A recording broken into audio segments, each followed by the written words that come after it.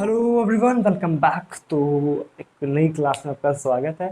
और आज हम लोग बात करने वाले फ्रिक्शन की कुछ प्रॉब्लम्स पे। फ्रिक्शन क्या होता है, किस तरह से इसके जो बेसिक्स होते हैं, बहुत ज़्यादा बात नहीं करेंगे। हम लोग प्रॉब्लम्स करने वाले हैं कि किस तरह से प्रॉब्लम्स को हम लोग हैंडल करते हैं। ठीक है, क्या बात करेंगे? फ्रिक्शन की।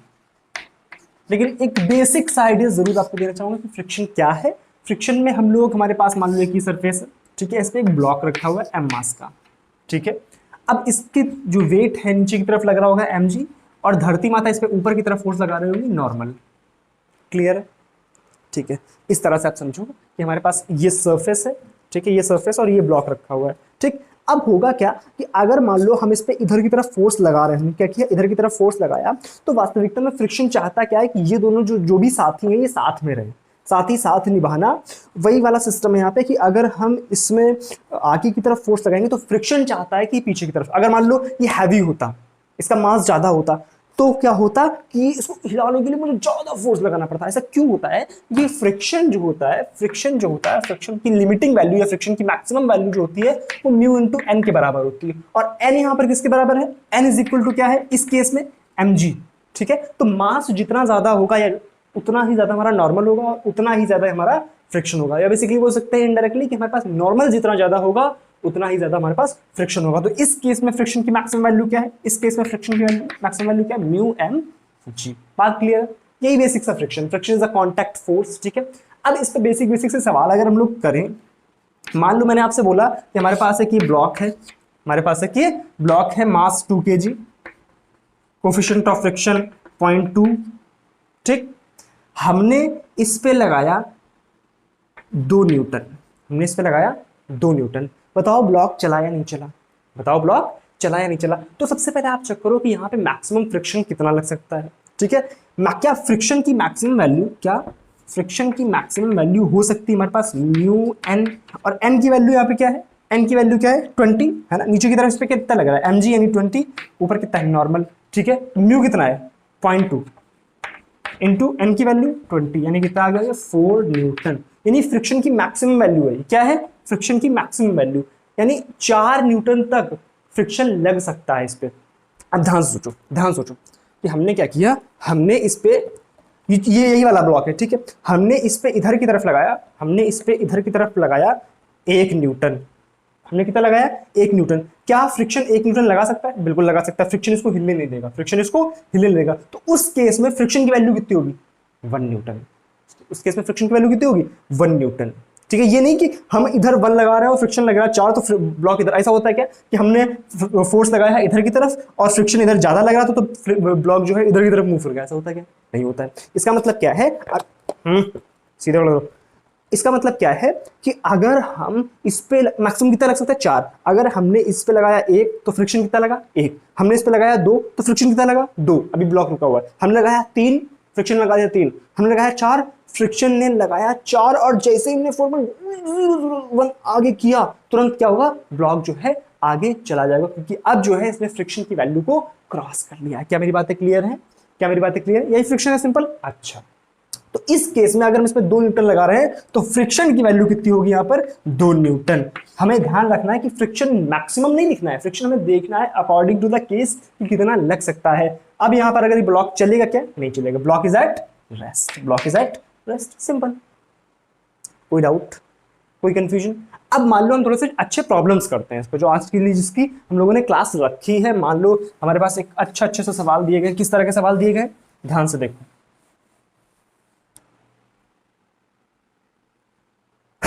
ध्यान से देखो। हमारे पास क्या है कि इस तरह से एक ब्लॉक ये है, ठीक है, एक ब्लॉक ये, ठीक। हमने क्या किया, इस पे इधर की तरह, यहाँ पे जो कोफिशिएंट ऑफ फ्रिक्शन है इसके लिए है म्यू इज इक्वल टू 0.2, इसके लिए mu is equal to 0.3। Clear? हमने क्या किया, इस पे इधर की तरफ लगाया 20 न्यूटन, और ये था हमारे पास 2 kg, और ये था हमारे पास 3 kg, ठीक है। हालांकि इसको 3 कर लो, इसको 2 कर लो, ठीक। आपसे बोला गया, देखो जाहिर सी बात है, अगर इधर की तरफ फोर्स लगाएंगे, 2 ब्लॉक रखे हुए, इधर की तरफ फोर्स लगाएंगे, तो ये ब्लॉक क्यों मूव कर रहा? ये ब्लॉक, पहले बात सोचो कि ब्लॉक मूव करेंगे या नहीं करेंगे। ये ब्लॉक मूव करेंगे या नहीं करेंगे? इसकी वजह से देखो मैक्सिमम फोर्स कितना लग सकता है? 306 इधर की तरफ, इसकी वजह से 306, टोटल फोर्स इधर मैक्सिमम फ्रिक्शन कितना लग सकता है? 12। मैक्सिमम फ्रिक्शन कितना लग सकता है 12। अच्छा भाई हम लगा कितना रहे 20, इसका मतलब ब्लॉक तो चलेंगे, और अगर ब्लॉक चलेंगे तो हमें बताना है इनका एक्सीलरेशन कितना होगा, इनका एक्सीलरेशन कितना होगा, और normal force between the block कितना होगा। बात क्लियर है। अच्छा, एक बात हमें समझ आ रही है कि जो ब्लॉक है वो चल रहे हैं, क्यों? क्योंकि जो फोर्स लगाया गया है वो फ्रिक्शन फोर्स से ज्यादा है, अर्थात ब्लॉक अगर मूव करेंगे तो दोनों साथ साथ चलेंगे, और साथ साथ के लिए उन लोग को साथ साथ बना लो। 3 2 5 kg, इधर की तरफ 20 न्यूटन, इधर की तरफ फ्रिक्शन हमारा इस पे लग रहा है, और 3 दूनी 6, इस पे लग रहा है 6, तो टोटल हो गया 12 न्यूटन। एक्सेलरेशन में मान लिया ए, क्या लिख सकते हैं 20 minus 12, 20 minus 12 is equal to 5a। तो a की वैल्यू हमारे पास कितनी आ गई 8/5 मीटर्स पर सेकेंड स्क्वायर। ये बात क्लियर है। a की वैल्यू कितनी आ गई 8/5, ठीक है। अब अगर a की वैल्यू 8/5 है तो ये भी 8/5 से मूव कर रहा है, और ये भी 8/5 से। इसका एफवीडी बनाओ, इसका एफवीडी बनाओ, क्या आ जाएगा हमारे पास, ये हमारे पास 2 kg, ठीक, ये हमारे पास मूव कर रहा है 8/5 से, ठीक, 8/5 से। और ये मूव क्यों कर रहा है, क्योंकि इस पे इधर की तरफ क्या लग रहा है नॉर्मल, इस पे इधर की तरफ क्या लग रहा है नॉर्मल, और पीछे की तरफ क्या लग रहा है फ्रिक्शन, कितना 3 दूनी 6। तो क्या हम नॉर्मल निकाल सकते हैं यहाँ से, बिल्कुल निकाल सकते हैं। n-6 is equal to 8/5 into 2, कोई दिक्कत। n की वैल्यू यहाँ से कितनी आ गई 8 दूनी 16/5 प्लस 6, यानी कितना आ गया हमारे पास 6 पंचे 30 और 16 46/5 Newton. This is the value of normal reaction between these blocks. कोई कंफ्यूजन, कोई कंफ्यूजन इसमें, पक्का 100% उतारो इसको, ठीक है। तो अब बढ़ते हैं अगले सवाल की तरफ। अगला सवाल में हमसे क्या बोला जा रहा है, अब सेम टू सेम क्वेश्चन नहीं, एक अच्छा क्वेश्चन करा रहा हूं, ठीक है। अच्छे क्वेश्चन में आपसे क्या बोला गया, मान लो हमारे पास 2 ब्लॉक रखे हुए हैं, एक ये एक ये, ठीक। ये वाला ब्लॉक है 2 kg, ये वाला ब्लॉक है 4 kg, ठीक। यहां पे आपका फ्रिक्शन लग रहा है, यहां पे कोफिशिएंट ऑफ फ्रिक्शन है 0.2 और यहां पे कोफिशिएंट ऑफ फ्रिक्शन है 0.3। हमने इधर की तरफ फोर्स लगाया इस पे, हमने इधर की तरफ फोर्स लगाया इस पे 10 न्यूटन, कितना 10 न्यूटन। अच्छा भाई, अब हमसे बोला गया सुनना, सवाल ध्यान सुनना, कि हमसे बोला गया क्या ये दोनों जो पूरा सिस्टम है ये चलेगा, ठीक। अगर चलेगा तो एक्सीलरेशन कितना होगा, और नहीं चलेगा तो फ्रिक्शन कितने लग रहे होंगे यहाँ पर। भाई नहीं चलेगा तो फ्रिक्शन लिमिटिंग तो लगेगा नहीं, हो सकता है किसी में लिमिटिंग लग रहा हो सकता है किसी में ना लग रहा हो, और कितनी टेंशन आएगी। बात क्लियर है।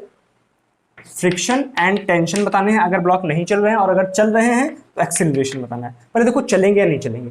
यहाँ पे मैक्सिमम फ्रिक्शन 4 दूनी 8, ठीक है। यहाँ पे 3 दूनी 6, 8 6 14, और इधर लग की तरह फोर्स 10 न्यूटन। इसका मतलब ब्लॉक तो रेस्ट पर है। अगर ब्लॉक रेस्ट पर है तो हमें अब इसका मतलब ये वाला केस जो है खत्म, एक्सेलरेशन तो हमें निकालना क्या है, फोर्स, सॉरी फ्रिक्शन और टेंशन। अच्छा टेंशन कब आती है, टेंशन कब आती है, टेंशन तब आती है स्ट्रिंग में जब हल्का सा एक्सटेंशन होता है स्प्रिंग में, सॉरी स्ट्रिंग में, जब slight extension in the strings leads to the tension in that particular string.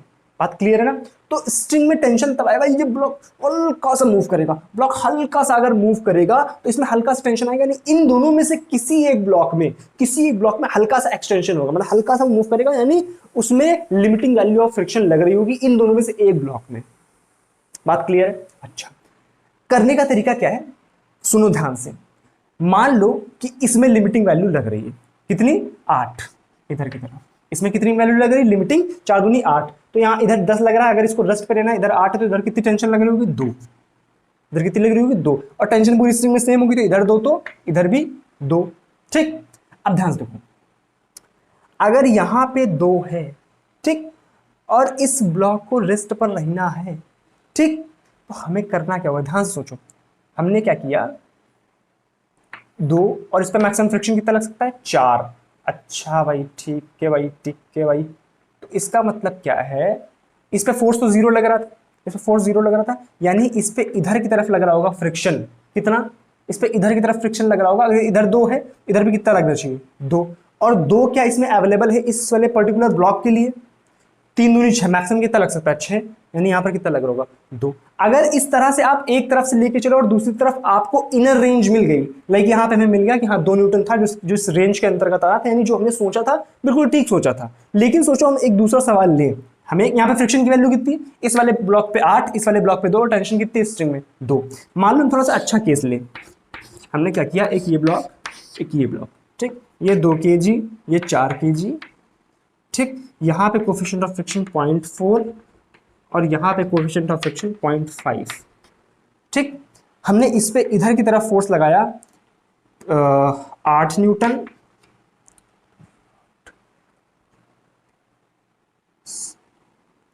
और इधर की तरफ लगाया हमने 25 न्यूटन। बात क्लियर है?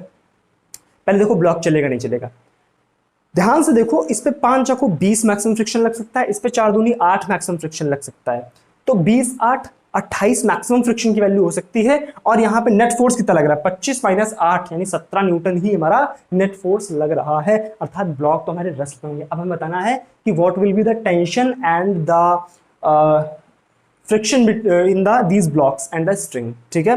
तो आपको करना क्या है, आपको एक तरफ पहले लिमिटिंग मानना है, ठीक है।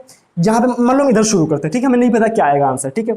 मान लो हमने इधर की तरफ लिमिटिंग लगाया 4 दूनी 8, इसका मतलब क्या है, इधर अगर हमने 8 लगा दिया लिमिटिंग, तो यहाँ टेंशन कितनी हो गई 0, यानी यहाँ भी टेंशन कितनी होगी 0, यानी कोई भी एक्सटेंशन हुआ क्या, कोई भी एक्सटेंशन हुआ क्या, नहीं। इसका मतलब क्या है, यहाँ पे 5 चाको 20 फ्रिक्शन लगाना पड़ेगा, यहाँ पे 5 चाको 20 फ्रिक्शन लगाना पड़ेगा, और 20 अवेलेबल है, सॉरी 5 चाको 20 नहीं 25, यहाँ 0 है तो यहाँ कितना 25, यानी इसको रोकने के लिए हमें इधर फ्रिक्शन कितना लगाना पड़ेगा 25, और इधर अवेलेबल कितना है 20।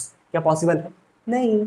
समझ आ रहा है मैंने क्या किया, मैंने इधर अगर 8 न्यूटन फोर्स लग रहा था तो मैंने माना कि इस पे लिमिटिंग वैल्यू ऑफ फ्रिक्शन लग रही है। अगर इस पे लिमिटिंग वैल्यू ऑफ फ्रिक्शन लग रही है, यानी इधर की तरफ इस पे 8 लग रहा होगा क्योंकि इसकी लिमिटिंग वैल्यू 8 है, तो टेंशन कितनी बची, क्योंकि इसको मैंने रेस्ट पे रखना है, 8 8 बैलेंस होगा, यहाँ टेंशन कितनी बची 0, पूरी स्ट्रिंग में टेंशन सेम होगी, यानी यहाँ भी 0। अगर इधर 0 है इधर 25 है, तो इधर में रोकने के लिए कितना लगाना पड़ेगा 25, और 25 तो इसके फ्रिक्शन के पास है ही नहीं, 5 को 20 मैक्सिमम फ्रिक्शन कितना लग सकता है 20, और हम लगा कितना है 25, यानी जो सोचा बिल्कुल गलत सोचा। इसका मतलब क्या है, हमें लिमिटिंग वैल्यू इधर नहीं उधर माननी पड़ेगी। इधर लिमिटिंग वैल्यू कितनी 5 को 20, 5 को 20, बचा यहाँ पर कितना 5, अगर यहाँ 5 तो यहाँ 5, इधर लग कितना रहा है 8, इधर कितना लग रहा है 5, बचा कितना 3, इधर में कितना लगा दिया इस पर फ्रिक्शन 3, 4 दूनी 8, मैक्सिमम कितना लग सकता है 8, लगा कितना रहा 3, क्या अवेलेबल है, बिल्कुल है। यानी इस पे फ्रिक्शन लग रहा होगा F1 लग रहा होगा 3 न्यूटन, F2 लग रहा होगा हमारे पास 20 न्यूटन, और टेंशन इन द स्प्रिंग क्या है हमारे पास 5 न्यूटन।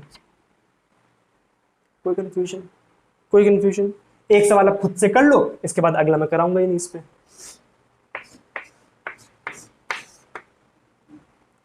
ये 1 kg, ये 2 kg, फ्रिक्शन की वैल्यू 0.1, फ्रिक्शन की वैल्यू 0.2, ठीक है।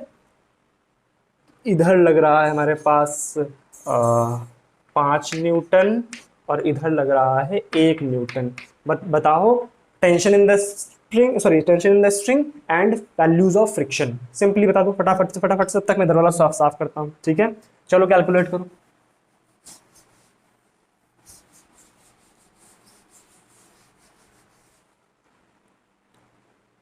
देखो ध्यान से, ट्राई किया, इधर देखो ध्यान से, हमने क्या माना, हमने माना कि इस पे लग रही लिमिटिंग वैल्यू, इधर 1 है और इसमें मैक्सिमम लिमिटिंग कितना है 1, ये तो कुछ उसी तरह का केस हो गया। चलो इसको फोर्स थोड़ा चेंज कर लेते हैं, फोर्स थोड़ा चेंज कर लेते हैं, थोड़ा सा अलग सवाल बनाते हैं। ये 2 न्यूटन है। अब देखो ध्यान से, इधर हम मैक्सिमम फ्रिक्शन कितना लग सकता है 1, तो हमने इधर कितना लगाया 1, बचा इधर कितना 1, तो इधर कितना लग जाएगा 1, टेंशन कितनी हो गई 1 हो गई, ठीक। इधर भी 1 तो इधर भी 1, कोई दिक्कत। इधर 5 लग रहा, इधर 1 लग रहा, तो यहां में कितना लगाना पड़ेगा 4 न्यूटन। क्या 4 अवेलेबल है? क्या 4 अवेलेबल है? बिल्कुल है। मैक्सिमम कितना लग सकता है 4, यानी दोनों पे कितना लग रहा होगा लिमिटिंग, ये तो सवाल ही अलग हो गया, दोनों पे लिमिटिंग लग रहा है और दोनों रस्ते हैं। बात समझ आ रही है? तो अगले क्वेश्चन की तरफ बढ़ते हैं। अगला क्वेश्चन हमारे पास कुछ इस तरह से दिया हुआ है, मान लो ये 4 kg, ये 2 kg, ठीक है। यहाँ पे फ्रिक्शन की वैल्यू है 0.2 और यहाँ पे फ्रिक्शन की वैल्यू है 0.3, ठीक है। हमने इस पर फोर्स लगाया F और आपसे बोला गया बताओ F की क्या मैक्सिमम वैल्यू हो सकती है कि दोनों ब्लॉक्स जो है वो साथ में रहें, दोनों साथ साथ चलते रहें। तो इस तरह के क्वेश्चंस को करने का तरीका क्या है कि आप ऊपर वाले ब्लॉक को उठाओ, आप ऊपर वाले ब्लॉक को पकड़ो और इस पे देखो कि मैक्सिमम फ्रिक्शन कितना लग सकता है। देखो 3 दूनी 6, इस पे भाई ये ब्लॉक क्यों चलेगा, ऊपर वाला ब्लॉक, लाइक इसको अगर समझो आप यहाँ से समझो कि अगर हमें ऊपर ये दो ब्लॉक के ऊपर ब्लॉक रखे हुए, अगर हमें इन दोनों को साथ साथ चलाना है तो इन दोनों सरफेसेस के बीच का जो फ्रिक्शन है वो सफिशिएंट होना चाहिए। ठीक है, कि अगर हम मान लो इतने एक्सेलरेशन चल रहे हैं तो अभी दोनों साथ साथ चल रहे हैं, लेकिन सोचो हमने इसका एक्सेलरेशन बढ़ा दिया तो दोनों गिर जाएंगे। तो वास्तविकता में यहाँ पर होता क्या है कि अगर हम इस पे फ्रिक्शन मैक्सिमम पहले निकालो कि इस पे फ्रिक्शन इधर मैक्सिमम कितना लग सकता है, ठीक, तो फ्रिक्शन की वैल्यू कितनी हो सकती है, 3 दूनी 6। तो अगर इस 6 मैक्सिमम फ्रिक्शन के लिए यहाँ पे मैक्सिमम एक्सेलरेशन कितना आ सकता है, तो ए मैक्स की वैल्यू क्या होगी, ए मैक्स जो होगा हमारे पास वो आएगा हमारे पास 6/2 यानी 3 मीटर्स पर सेकेंड स्क्वायर। इसमें कोई कंफ्यूजन, 3 मीटर्स पर सेकेंड स्क्वायर आ गया, ठीक है। इसका मतलब क्या है कि इस 3 मीटर पर सेकेंड स्क्वायर के एक्सेलरेशन तक ये दोनों ब्लॉक साथ साथ चलते रहेंगे।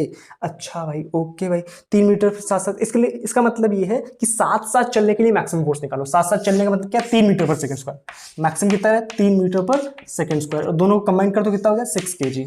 6 kg और फोर्स लग रहा है इस पे F। फ्रिक्शन कितना लग रहा है नीचे ब्लॉक 6 kg के लिए, 4 2 6 और 6 दूनी 12, पीछे कितना लग रहा है 12 न्यूटन। ठीक, तो इस पे हम इक्वेशन क्या लिख सकते हैं, F minus 12 is equal to 6 into 3। F की वैल्यू कितनी आ गई, 6 18 और 12 30 न्यूटन। यानी ये वो मैक्सिमम फोर्स है जब तक कि दोनों साथ साथ चलेंगे। इसका मतलब 30 से ऊपर जाएंगे तो ब्लॉक स्लाइड कर जाएंगे। बात क्लियर है। इसका मतलब ये है कि हमारे पास, अगर आप बहुत ध्यान से सोचो कि हमें क्या करना है कि इन दोनों को साथ साथ चलाना है, तो आप एक काम करो कि अगर हमारे पास फोर्स की वैल्यू, ध्यान सोचो, फोर्स की वैल्यू 0 से 12 है, 12 का मतलब क्या है, फ्रिक्शन तक ही नहीं पहुंच पाए हैं, दोनों ब्लॉक चलेंगे, दोनों ब्लॉक रेस्ट पे होंगे, ए की वैल्यू कितनी आ जाएगी यहाँ से 0। लेकिन सोचो जैसे ही मैंने 12 से बढ़ाया और 30 तक किया, 12 से 30 तक दोनों साथ साथ चलते रहेंगे। कहां से, 12 से 30 तक दोनों जो है साथ साथ चलेंगे, और वैल्यू क्या होगी दोनों की कि A1 is equal to A2 is equal to, इन दोनों की एक्सेलरेशन की वैल्यू क्या होगी, F जितना भी फोर्स लगा रहे हैं F माइनस फ्रिक्शन, इस केस में फ्रिक्शन कितना है 12 upon total mass 6, this is the acceleration of the blocks. लेकिन अगर ये दोनों ब्लॉक्स, सोचो हमने क्या किया, फोर्स की वैल्यू 30 से बढ़ा दी, हमने क्या किया, फोर्स की वैल्यू 30 से बढ़ा दी, अब क्या होगा, स्लाइड करेंगे, सिंपल सी बात। लेकिन इसका मैक्सिमम एक्सेलरेशन कितना हो सकता है 5, सॉरी कितना था 3, तो इसका मतलब A2 की वैल्यू तो फिक्स है 3, A2 की वैल्यू से ऊपर जा ही नहीं सकती। लेकिन A1 की वैल्यू कैसे निकालेंगे, इसकी वैल्यू कैसे निकालेंगे, ध्यान से देखो, ये 4 kg, इस पे इधर कितना लग रहा है F, 30 न्यूटन से बढ़ा दो, मतलब कुछ भी आप 30 न्यूटन से बढ़ा कर दो, 35 कर दिया मान लो हमने, ठीक है। तो नीचे फ्रिक्शन कितना लग रहा है, 4 3 12, भाई टोटल ब्लॉक्स के ऊपर तो ब्लॉक है तो नॉर्मल में तो कोई फर्क पड़ेगा नहीं, तो 12 ही रहेगा। लेकिन ऊपर फ्रिक्शन कितना है यहाँ पर, 3 दूनी 6। तो इस पे हम एक्सेलरेशन इसका कितना कैसे लिखेंगे, एक्सेलरेशन इज इक्वल टू जो भी फोर्स हम लगा रहे हैं F minus 12 6 18 upon 4, this is the acceleration of this block A1। A1 की वैल्यू कितनी आ गई, F minus 18 upon 4, this is the acceleration of these blocks. बात क्लियर है। तो आज फ्रिक्शन में हम लोगों को करना और भी बहुत कुछ था, ठीक है, अगले पार्ट में उसको कंप्लीट कर लेंगे। लेकिन आज की क्लास में कुछ इतनी ज़्यादा प्रॉब्लम्स आ गई हैं कि 1 घंटे आधे घंटे की क्लास शायद सूट नहीं हो पाई होगी, और बहुत सारी प्रॉब्लम्स, बहुत सारी जो परेशानियां हैं वो आज आ चुकी हैं। तो आज की क्लास को हम लोग यहीं पर रोक रहे हैं, ठीक है, क्योंकि लाइट वाइट का बड़ा इशू है यहाँ पर, ठीक है। तो चलो मिलेंगे अगली क्लास में, तब तक इन क्वेश्चंस को प्रैक्टिस करो थोड़ा सा, एससी वर्मा वगैरह से प्रैक्टिस कर सकते हो, ठीक है। मिलेंगे अगली क्लास में, तब तक के लिए चैनल को सब्सक्राइब वगैरह भी कर लिया करो यार, ठीक है। चलो, thank you so much, bye bye.